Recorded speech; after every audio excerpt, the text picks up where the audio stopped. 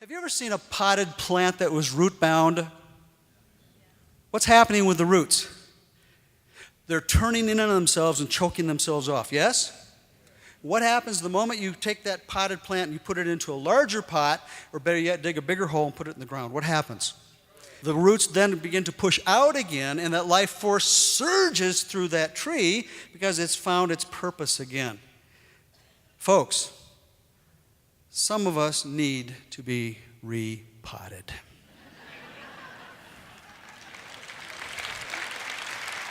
When you redefine yourself as a spiritual being and you really understand you're here on purpose, you matter. You matter.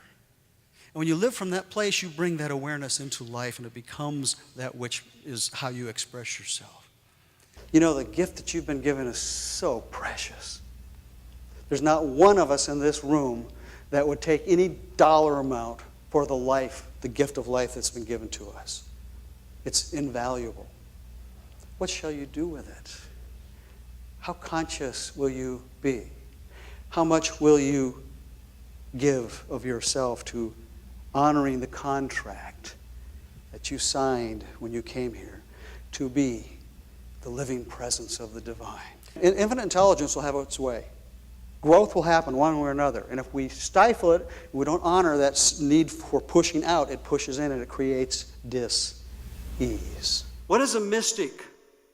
Ernest Holmes tells us, the Fillmores tell us, a mystic is someone who lives so fully conscious and present in the awareness of infinite intelligence that lies beyond the veil of the five senses, and it accesses that infinite intelligence and lives in its presence in such a way that it can walk, move, breathe, and expand itself in, through, and as each of us when we live in that awareness of the presence of God, or whatever word you would like to call it. Now, the fact is, you take the word mystery and you talk about mystics, okay? We're all mystics. Can I get a witness? That's the good news. Here's the other news. Some of us are optimistics. Some of us are pessimistics, yes? And the plane continued to do this. Woo! And all of a sudden, this true story, I hear this, and the plane dips, and I hear this, whee! And I'm thinking to myself, what fool doesn't know what's going on here? Plane dips again. Whee! And sure enough, I look up about 4 aisles on the left-hand side. There's a young woman holding a toddler in her arms.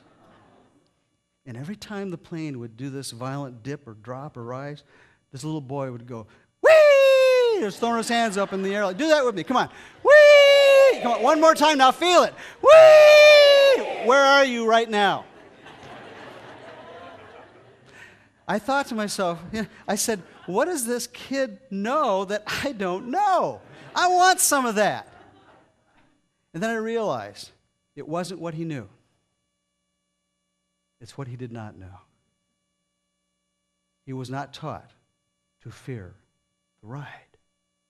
Is not life a mystery anyway? Consider this. We come from the most amazing mystery of all. We come from the ethers of that which is beyond our wildest conception or imagination.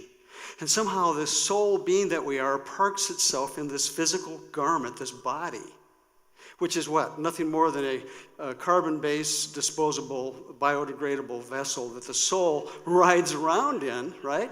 Circumnavigating the human condition, and this is very key, get the soul, gathering soul expanding information and experiences through direct experience. So that when it leaves the planet, it leaves enriched and leaves in its wake the planet a better place than it was when we got here. I think the question is that we begin to ask ourselves, who would I be without this fill in the blank?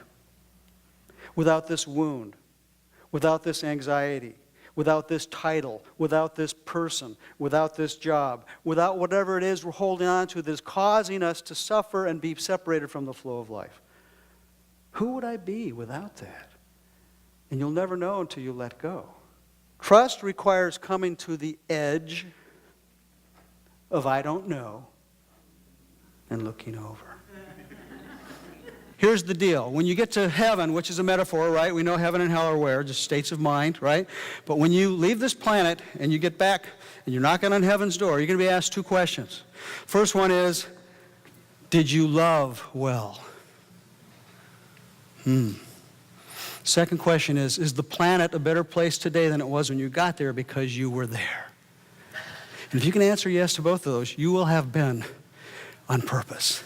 The present moment is where you fulfill your purpose. You cannot fulfill your purpose tomorrow, because you may not be here tomorrow. You can't fulfill it yesterday because that's dead and gone. This holy instant is where your purpose lies in front of you, and you have to be present with it, your mind and your body, in the same place at the same time in order to honor that. My favorite French mystic, philosopher, teacher, Guillaume Apollinaire, he wrote, "Come to the edge," he said. They said, "No, we're afraid." "Come to the edge," he said. They came. He pushed them. They flew. Come to the edge. There's more for you to do and be, or you would not be here. Bless you. Namaste.